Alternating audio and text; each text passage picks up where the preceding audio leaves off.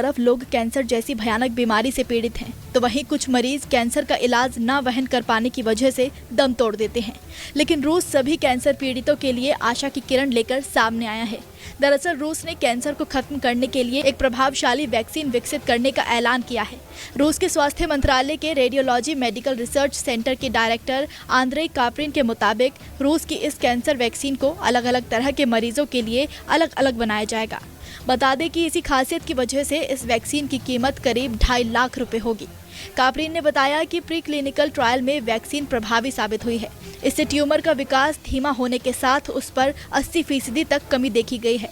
इस वैक्सीन को मरीजों के ट्यूमर सेल्स के डेटा के आधार पर स्पेशल प्रोग्राम के जरिए डिजाइन किया जाता है। रूस की फेडरल मेडिकल बायोलॉजिकल एजेंसी की प्रमुख वेरोनिका ने वैक्सीन के काम करने के तरीके को मेलानोमा यानी कि स्किन कैंसर से समझाया है।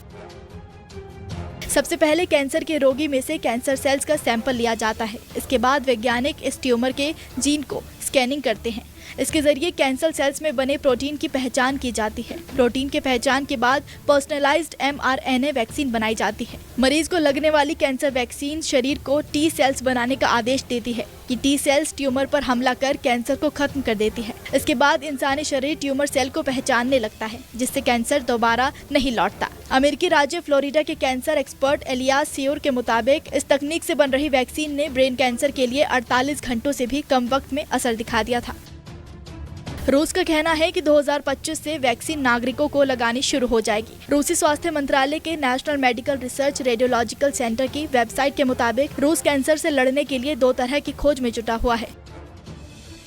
पहली वैक्सीन mRNA वैक्सीन और दूसरी ऑन्कोलिटिक वायरोथेरेपी है। इस थेरेपी के तहत लैब में मॉडिफाइड किए गए इंसानी वायरस से कैंसर सेल को टारगेट कर संक्रमित किया जाता है। इससे वायरस कैंसर सेल में खुद की मल्टीप्लाई करता है। इसका नतीजा ये होता है कि कैंसर सेल नष्ट हो जाता है। यानी इस थेरेपी में ट्यूमर के सीधे तौर पर नष्ट करने के बजाय इम्यूनिटी को सक्रिय करके कैंसर सेल नष्ट किया जाता है। इस थेरेपी के लिए बनाई जा रही वैक्सीन का नाम एंटरोमिक्स है। इस वैक्सीन का रिसर्च साइकिल भी पूरा हो चुका है और जल्द ही इसका ऐलान हो सकता है।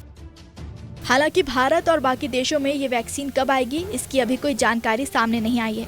गौर करने वाली बात है कि रूस की तरह ही दुनिया के कई देशों में पर्सनलाइज्ड कैंसर वैक्सीन पर काम चल रहा है। इस तरह की वैक्सीन में मरीज के ट्यूमर में मौजूद RNA का इस्तेमाल किया जाता है।